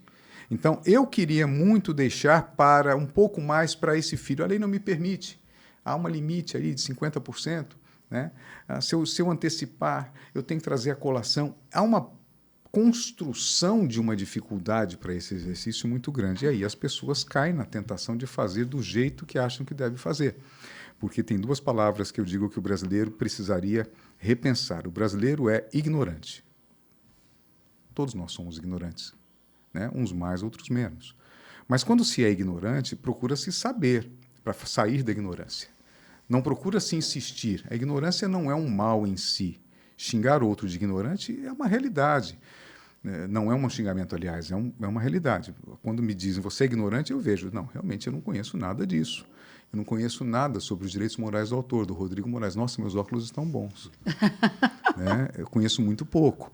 Então, eu sou um ignorante em direitos morais do autor. Sou ignorante ali no... aquele outro não consigo, não. Processo penal, sou ignorante em manual de direito tributário, sou um ignorante. Agora, a segunda palavrinha mede mais. O brasileiro é ignorante e é arrogante. Sim. Aquela mesma empregada que eu convenci a converter a união estável em casamento, uma vez ela disse assim, não, o senhor está errado. Pensão alimentícia é 30% do que outro ganha. Eu escutei na Rádio Metrópole. Olha, pessoal da Rádio Metrópole, cuidado aí. Nem sempre a pensão alimentícia vai ser fixada em 30%. São outros parâmetros. Muitas vezes são em 30%. Ela não ouviu no aula extra, certeza. Então, isso daí é um exemplo. Né? Não, a pessoa ser ignorante é uma condição que a gente tem. Agora, ser arrogante, insistir numa ignorância e não procurar saber, e isso em direito de família é muito comum. A pessoa faz. Meu pai... Você acabou de falar de vários exemplos. Papai uma vez... Papai faleceu há 40 dias, 45 dias, né? A gente até se emociona. E o seu foi pouco antes. A gente está empatado aqui na orfandade. Papai me faz uma coisa, tem 2 filhos advogados, tenho eu, que sou professor, que entendo um pouquinho que não sou ignorante. Não, mas eu já resolvi tudo. Por exemplo, o carro que eu comprei agora, já comprei em nome da sua mãe. Falei, sim, pai, o senhor acha que o senhor morrer, eu não vou ter que fazer o inventário do carro. Mas está no nome dela. O senhor tirou de um bolso e pôs no outro. O terreno que a gente comprou, comprei logo em nome dela. Ele foi fazendo as coisas sem consultar. E tudo que eu sugeri para ele fazer, para facilitar a vida, não quis fazer. E eu respeitei isso até o final. Sim. Ele não quis tirar as cotas sociais do restaurante antes de morrer, ele não quis transferir o carro. Ok, ele não quis. Foi vontade dele, mas que seja uma coisa consciente. Eu sei que eu não quis fazer isso. Então, essa questão da arrogância é que pesa muitas vezes. O cara, sem consultar, vai fazendo e vai aumentando o buraco que vai se metendo, que vai estourar numa hora em algum problema, né? Que é no inventário normalmente. Né? No inventário que aparecem as grandes dificuldades criadas por essa ignorância e por essa arrogância de vida. Eu ia fazer uma pergunta aqui que me surgiu nesse exato momento. Eu não vou fazer não, porque não tem nada a ver com o tema. Mas eu vou falar só para você, só para deixar o povo aqui que está assistindo com a mesma pergunta atrás da orelha. E aí eu vou falar agora com o ranço de 2 anos de estágio numa vara de família que eu tive aqui em São Paulo. Essa eu não sabia. Está explicada, o trauma dele. Meu ranço. Essa quase 2 anos, na verdade. Você um ano e alguns meses. Essa eu não soube, não. Está explicando o trauma. O processo de inventário não termina nunca, velho. Não. Nunca. Eu cheguei à Bahia em 2003 e fui colocado num inventário, não vou falar nem a cidade, que isso aí a Bahia é pequena, né? Mas é uma cidade do interior. E esse processo de inventário nós resolvemos em 2010, aproximadamente. Levou 31 anos. Com acordo, não foi? Com acordo. 31 anos de processo. E eu me lembro que a data do óbito foi no ano que eu entrei na faculdade, 1987, quando eu tinha 10 anos. Opa aí, velho. Para fazer o cálculo de novo. Agora, e outra coisa, vocês que são do métier aí, inclusive depois de terminou, mas basta aparecer um herdeiro que não tinha e abre tudo de novo. Né? Abre tudo. Como é que trabalha desse jeito? É difícil. Sim. Como é que trabalha desse jeito? É difícil explicar. E mesmo sendo consensual, quando o fisco deixa a gente terminar, né? Isso. É isso. Veja, ainda tem esse. Você tem que ultrapassar inúmeros problemas. Primeiro é a treta da família. Isso. Mas a treta da família, não, mas tá todo mundo em consenso. Ainda assim, amigo, é um calvário, mesmo estando todos em consenso. Pensa só, se o falecido deixou 1 milhão, que é um patrimônio bom, mas não é nada extraordinário, classe média, 1 milhão, um apartamento na Pituba, um carro e um dinheirinho no banco, R$1 milhão. Tem que ter 80 mil líquidos para pagar isso, tem que ter 80 mil em algum lugar para pagar o imposto. Você não consegue nem fazer o inventário. Quem é que tem 1 milhão de bens e tem 80 mil na mão para pagar? Poucas pessoas. Agora você joga isso bota mais um zero. Quem recebeu 10 milhões, e nós temos vários casos, você tem que ter 800 mil na mão para pagar. E se você não tiver, você não acaba o inventário. Não se pensou um mecanismo assim, olha, deixem acabar o inventário, deem 1 ano para a família após o inventário, constitui essa dívida para você pagar. Não, ninguém pensa isso, porque a arrecadação Tem que ser imediata. Então nunca se pensou em dar esse fôlego. Não. Aí eu até entendo. Porque o brasileiro não é brincadeira. Nem que assumir que esse dinheiro não é pagar essa porra dessas coisas. Bem imóvel você não some. amigo. Bem imóvel você não some. Eu acho que você Bem imóvel, consegue, fazendo determinados... Poderia facilitar com algumas vinculações. Tipo, ó, tem esse bem aqui, eu autorizo a venda dele com o crédito do valor na conta judicial. Pá, pá, pá, pá. Imagino, inclusive, que já devem ter agentes do mercado financeiro gravitando em torno dos processos de inventário. Ó, irmão, fique tranquilo, tá precisando de conta. Como tem? Toma aqui, paga Investidor aí, depois nessas você me paga. áreas. Na verdade, vocês podem até chamar o pessoal que... O Carlos Frederico sabe muito bem isso. O pessoal que financiam ações de responsabilidade. Eu te banco a ação. É isso. Você tem hoje financiamento de todos os tipos de ação. Pois é, então... mas não deixa de ser uma situação extremamente anacrônica, né, mano? Você tem 10 milhões. Velho, pra você pegar esses 10, eu preciso de 800 antes. Pô, irmão, pera um pouco, tira aí dos 10. Não. Não foi. Aquele filme das agulhas, daquele cara das agulhas, daquele advogado que era drogado, que é um caso real. E ele estava fazendo captação no mercado para financiar a ação, uma class action contra a fabricante de agulhas nos Estados Unidos. É um caso verídico. A agulha que não tinha um sistema de proteção e estava contaminando os enfermeiros com AIDS, com vírus HIV, etc, etc. É um caso real. O sistema norte-americano permite esses financiamentos, né, abertamente. E aqui não. Nós fazemos de uma maneira não aberta, velada. Não ostensiva. Né? Não ostensiva.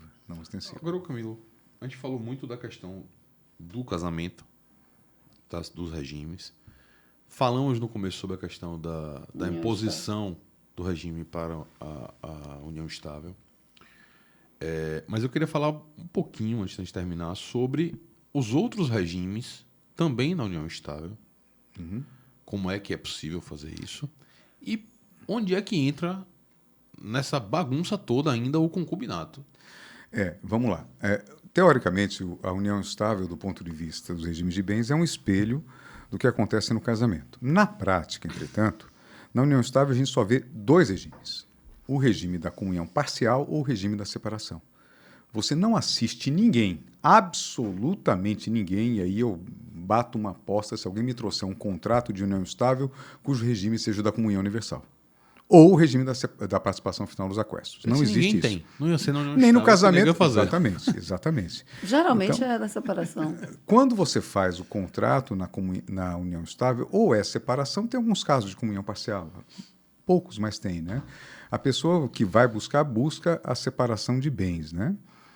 E aí, de novo, lembrando, o fato dele fazer um contrato de separação de bens não quer dizer que não haverá uma questão sucessória depois, mas isso é outro problema.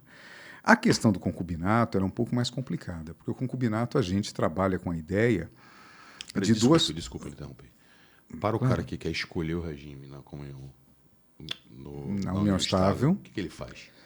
Contrato simples escrito, ponto. Não precisa... Instrumento particular. Instrumento particular. Não precisa do registro? Não precisa de em nada. cartório de imóveis? Para produzir efeito para terceiro? Não. Se ele quiser, artigo 1725 é curioso nisso, né? O regime de bens na união estável é a comunhão parcial, salvo o contrato escrito, ponto, entre os companheiros. Salvo o contrato escrito. Então, não se exige nada. O que se faz, às vezes, na escritura é para dar um efeito de segurança maior, mas também é relativo, Ive, porque, veja bem, se eu fizer hoje um contrato de união estável, escolhendo o regime de bens, hoje é dia 17 de setembro de 2024. Se em 2026 eu vier a falecer, minha companheira pegar aquela escritura pública de 2024, chegar no INSS e disser, eu sou viúva do falecido Camilo, está aqui a escritura pública, o INSS vai dizer, eu não pago. Por quê? Porque quem garante que de 2024 a 2026 vocês continuaram juntos? Isso porque a união estável não é causa impeditiva para o casamento, por exemplo. Perfeito, porque ela não é registrada. Pô, qual é o estado civil? Aí, qual é o estado civil de quem está em união estável? Solteiro. ou casado, ou divorciado. Separado de fato, ou divorciado, ou viúvo. Uma coisa Não, interessante. peraí. Se eu tiver casado e separado de fato, eu posso constituir uma união estável. Você quer ver outra coisa interessante? Surreal, né? Mas se tiver casado, mas não tiver separado de fato, é impeditivo ao reconhecimento. Isso. Aí seria um concubinato. E aí concubinato não é relação de família pelo STF. Pela lei e pelo STF. Para desespero de alguns doutrinadores, né, que não concordam com isso, que não concordam com essa inviabilidade de uniões simultâneas. E isso é uma coisa, na minha opinião, boa. Você tem que estabelecer um freio. É uma necessidade de estabilização mínima das relações, velho. Como é que você... Imagine se você permite isso. Você ia entrar num leque, se um processo de inventário já não termina, esse que não vai terminar. Não terminar nunca. E isso é algo que é difícil as pessoas entenderem, né? Porque concubinato, de fato, está no Código Civil, mas não estabelece uma relação de direito de família. Sim. Estabelece uma relação de sociedade de fato. Então, o que eu pus para adquirir qualquer bem, eu retiro. Não é regime de bens. Não há regime de bens no concubinato. Há uma sociedade de fato em que você tem que fazer a prova do que efetivamente contribuiu para a aquisição. Perfeito. Essa é a lógica. Porra, dos poucos momentos dessa conversa aqui que eu falei, porra, Tem lógica. o negócio veio redondo, né? Tá lá redondinho. Você quer ver outra coisa interessantíssima? Essa questão da não alteração do estado civil da né? pessoa na união estável é uma questão que gera insegurança para a sociedade. Para a sociedade, claro. Porque quando eu celebro um negócio jurídico com uma pessoa que tem um casamento, eu tenho como antever qual a segurança patrimonial que aquela pessoa pode me prestar naquele negócio jurídico. Uma compra e venda Então, por de um exemplo, imóvel, por exemplo. Exatamente. Se eu celebro um negócio jurídico com o Rafael, eu sei, Rafael é casado, regime é tal, então automaticamente eu tenho que fazer a projeção de qual é o patrimônio de Rafael. Estou falando para questões de garantia patrimonial Isso. mesmo. Sim. Na união estável você não tem essa projeção. E Porque existir se uma união você se estável declarar é obrigatório, solteiro- por exemplo, para a prestação de uma garantia pessoal. Outorga? Não. Hoje o Não. o que aconteceu em termos contratuais, em termos de prática contratual, tá? E cartorial também de notas, quando a pessoa se declara solteira, ou viúva, ou divorciada, eles fazem uma vírgula. E não estando em união estável. E ao fazer isso, declara sob as penas da lei. Porque se estiver mentindo depois, é declaração falsa em documento público. Aí responde criminalmente. Mas não sendo necessário a invalidade pela não anuência do outro companheiro. É isso, mas Você pega por outro gancho, entendeu? Mas então, existe união estável. Vamos lá, Camilo tem união estável com uma pessoa. Camilo vai contrair uma obrigação em que ele vai prestar um aval para aquela Não há obrigação da pessoa necessidade, jurídica e vai responder com os bens pessoais dele sobre eventual inadimplemento. Se ele fosse casado, seria necessário a outorga da esposa para isso. Tendo união estável não é necessário. Não é necessário. O credor Nem consegue fiança, do bem sem... o credor pode exigir, né? Hoje os credores estão exigindo essa declaração. Mas por quê? Porque está tendo na jurisprudência... Porque tem situações em que você pode dizer, não, esse bem ou esse aval que foi dado, cuja execução está recaindo sobre um imóvel que é de minha ameação, eu não anuí. Tá? Aí você tem várias coisas. Você tem a questão da boa-fé objetiva. Quando eu declarei no aval que eu era solteiro e não indiquei a minha companheira, eu cometo um ilícito civil. E, eventualmente, um ilícito civil, não tenho dúvida. Sim. Tá? Criminal fica meio na sombra, né? Mas quando eu declaro que eu não estou em união estável e eu estou, aí eu cometo ilícito criminal também. Então, hoje, a prática dos bancos, pelo que eu tenho percebido, dos credores de modo geral, é essa ressalva qualificar a pessoa, inclusive, em relação à união estável ou não. Qualificar em relação à união estável. É inteligente que se faça realmente. Né? Mas isso foi depois de muita porrada, né? De muito tombo, né? Muito tombo em credor que começou a se exigir isso. Apesar de que uma declaração dessa não poderia prejudicar o companheiro. Né? É aquela velha história dos embargos né? de terceiro pela ameação. Né? Sempre, a história é essa daí. É isso aí mesmo. Mas pelo menos você dá, nesse caso, uma proteção social ao credor também. Sim. Né? Sim. Ao credor também. Que, na verdade, a vênia é no sentido de proteção ao credor. Claro. Não só ao outro. Mas é porque quando a gente está falando de situações de garantia, a gente está falando justamente de proteção do credor, né? Então tem que ter mesmo. Essas coisas todas são, assim, hoje um universo extraordinário, porque a globalização está fazendo com que cada vez mais pessoas de países diferentes, de mundos diferentes, de culturas diferentes, se casem, Sim. convivam, contratem. Então, quando a gente chega com o nosso direito, muitas vezes, na Europa, nos Estados Unidos, no Canadá, nós vamos ver assusta, né? que nosso direito não é reconhecido, é uma coisa que virou única mesmo. Concorrência de ordem de vocação Não, hereditária. esqueça isso daí. Eu tive que explicar. Eu tenho um pouco de conhecimento de língua italiana e tem uma cliente italiana que veio para cá, o pai faleceu. Era dificílimo explicar para ela as coisas. Não é porque não havia uma questão de idioma, de conversa, de O problema de não era entendimento. linguístico. Não. O problema era mesmo conceitual do nosso direito. Mas é isso? Não, é porque aqui é assim. Não é possível. Mas aqui Funciona assim. aqui é funciona desse assim. jeito. Isso é ruim, porque isso também, de certa forma, vai travando, né, as coisas. A gente tem hoje a necessidade de fazer parte de um mundo globalizado capitalista, ocidental, né? Agora, se você vai para um sistema totalitário, é mais fácil, porque aí a imposição vem de cima para baixo e você se adequa ou não. Você quer ver outra coisa que é impressionante? Quando você estava falando do Estado Civil, a separação de fato é normatizada. Normatizada. Inclusive, você tem pessoas previsão de efeitos. A pessoa fica anos e anos separada de fato. Camilo, constitui famílias. quando eu fui fazer a declaração de óbito de meu pai, a pessoa perguntou, casada, eu falei, separar de fato. Não existe. Não. Não existe para o sistema. Isso está me causando um problema no inventário. Claro, tremendo. Terrível. Sua mãe tem que ir para o inventário. Porque minha mãe vai para o inventário para dizer que ela não é herdeira. Ela reconhece que está separada de fato. Vai ter que renunciar lá, enfim, vai ter que fazer. Isso aí.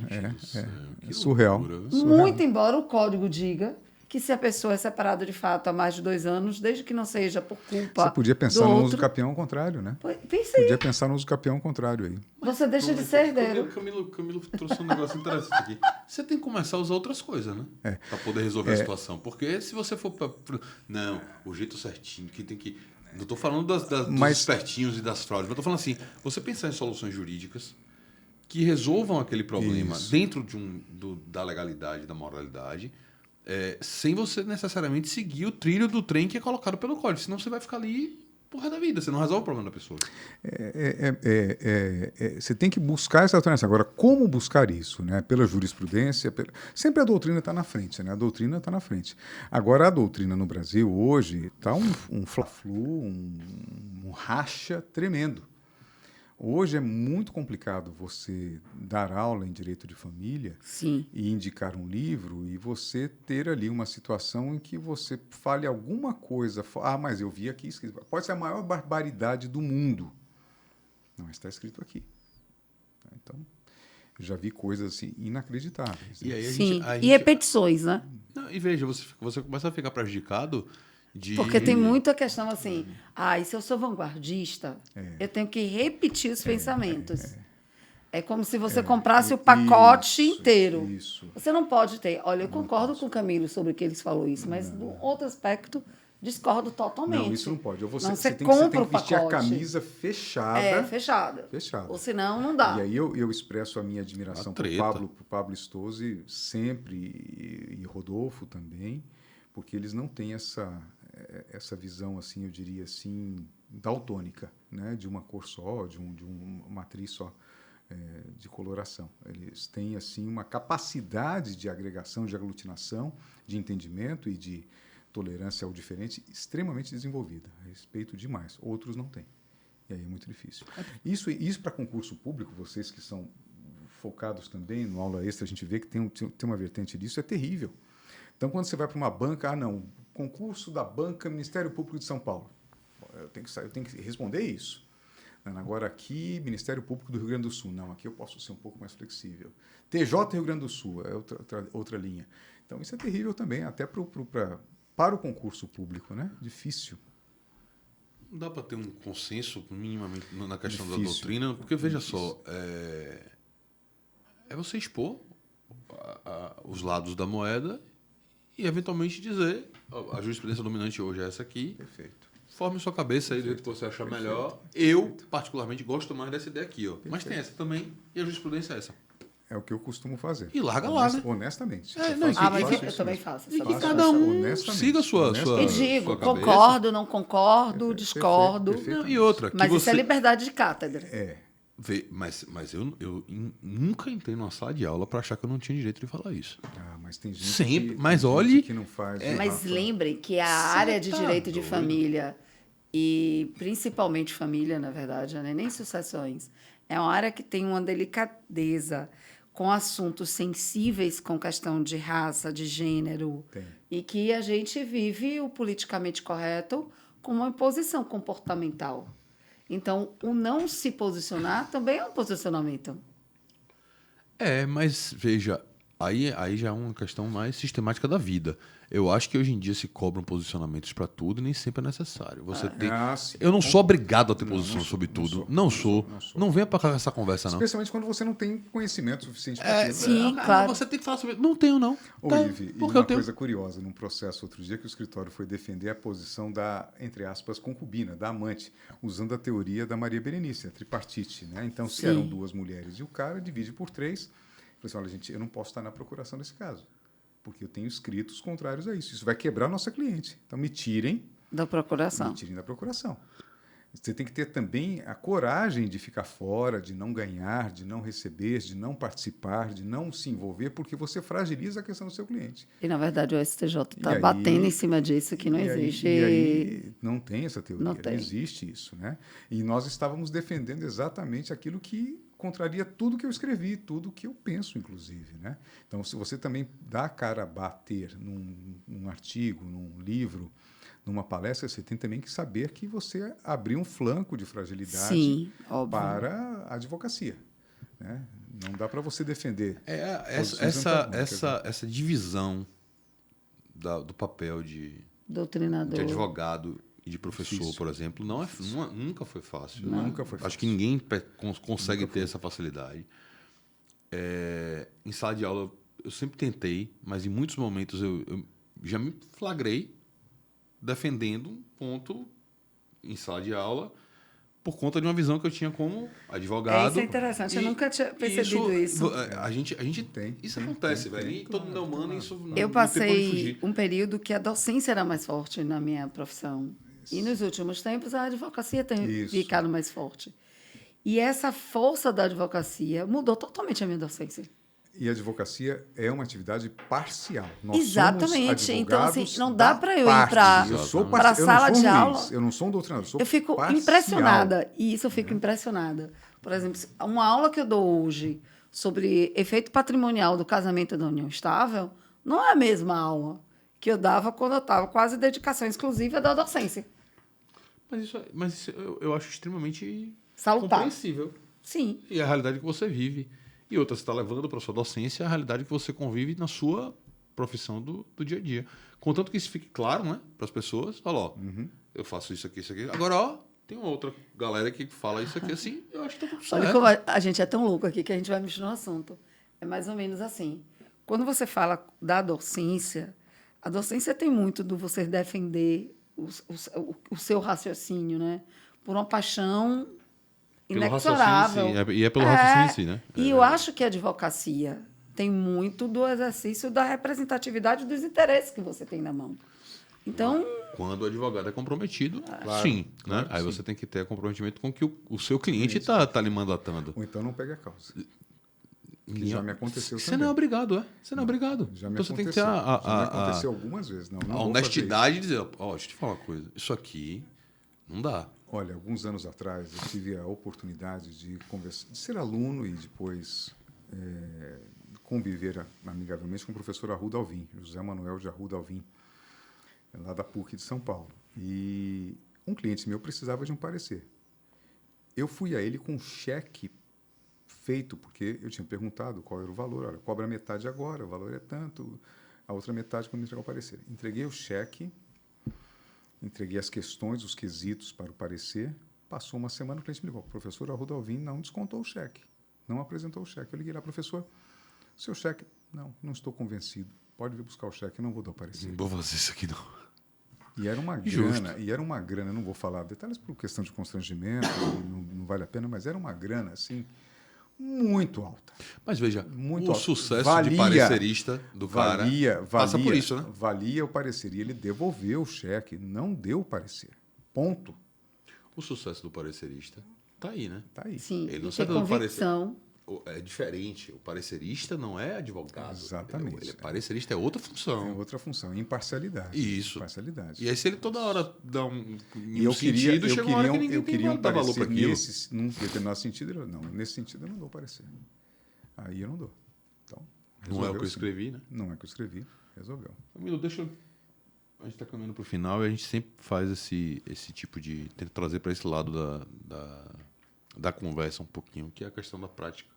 Pensei que você fosse fazer igual a Marília Gabriela, uma cor. Não, aí é Fred que faz Uma isso. comida.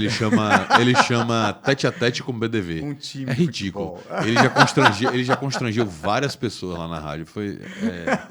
É horrível.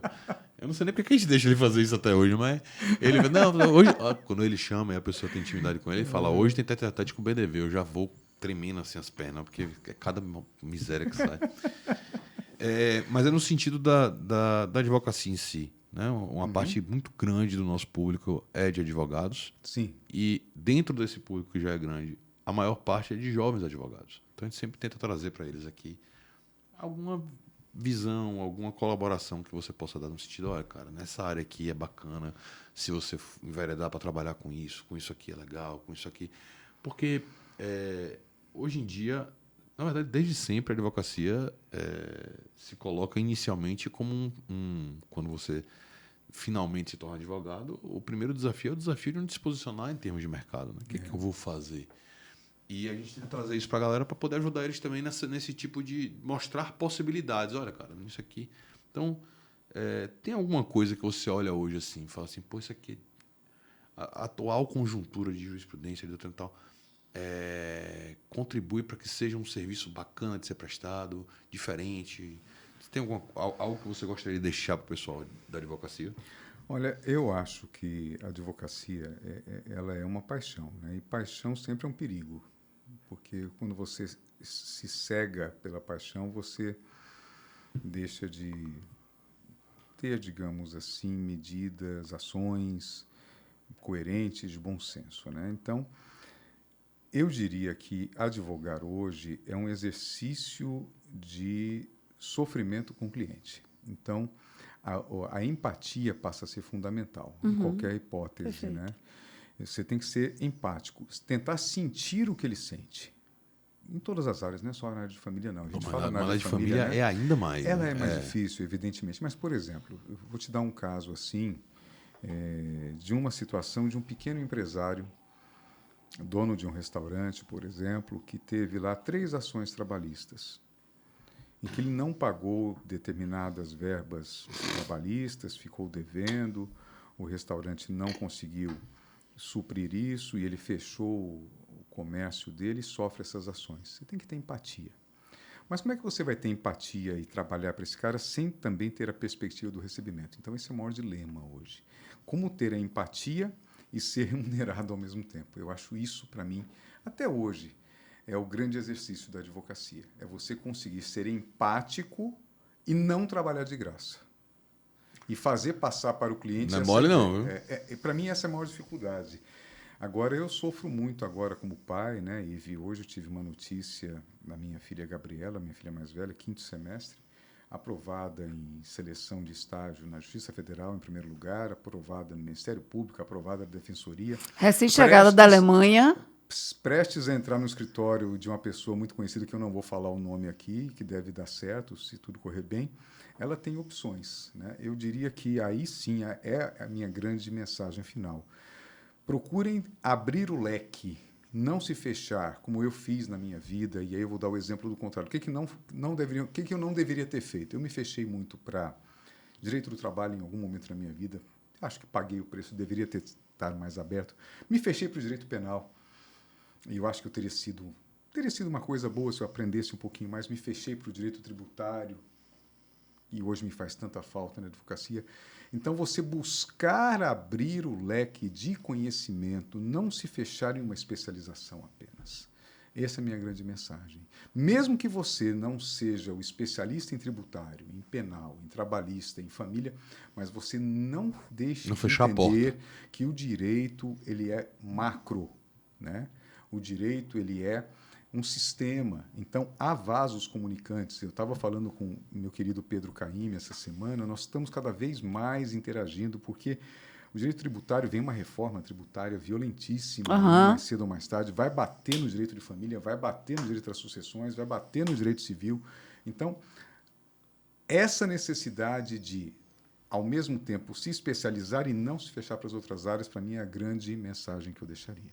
Não tenha preconceitos de outras áreas. Eu já passei desse teu tempo. Nossa, parece que eu falei pro Rafa, né? Você não escutou? Parece que eu Você falei devia pro ter Rafa, me dito né? isso Porra. 25 anos atrás, pô. Agora, mas agora já foi. Eu que já tô lá do outro lado. Agora já foi, pô. Eu já fechei a porta pra várias coisas. Eu não quero nem ouvir falar. Tem coisa que eu falo assim, ih, bicho, ó, isso aí pra mim é grego. Não traga não que eu não conheço. Velho, obrigado. Foi, Fantástico. como esperado, Fantástico. massa, né? Obrigado a vocês. E vamos fazer uma lá no ao vivo, que eu quero fazer uma coisa bem polêmica, o pessoal fica me Já ligando enchendo o saco. decidi o tema. Ele falou uma coisa aqui que eu já tô com o tema na cabeça. Então pronto. Então tá bom. Ive, um beijo imenso. Obrigado. Rafa, um beijão. Deus abençoe. Carlos Frederico, um beijo para você, meu vizinho, meu sócio. Galera, esse foi mais um episódio aqui do Aula Extra. Você, se ainda não se inscreveu, se não ativou o sininho, faça isso agora. Se você gostou do episódio, pode curtir. Semana que vem tem mais. Valeu, tchau.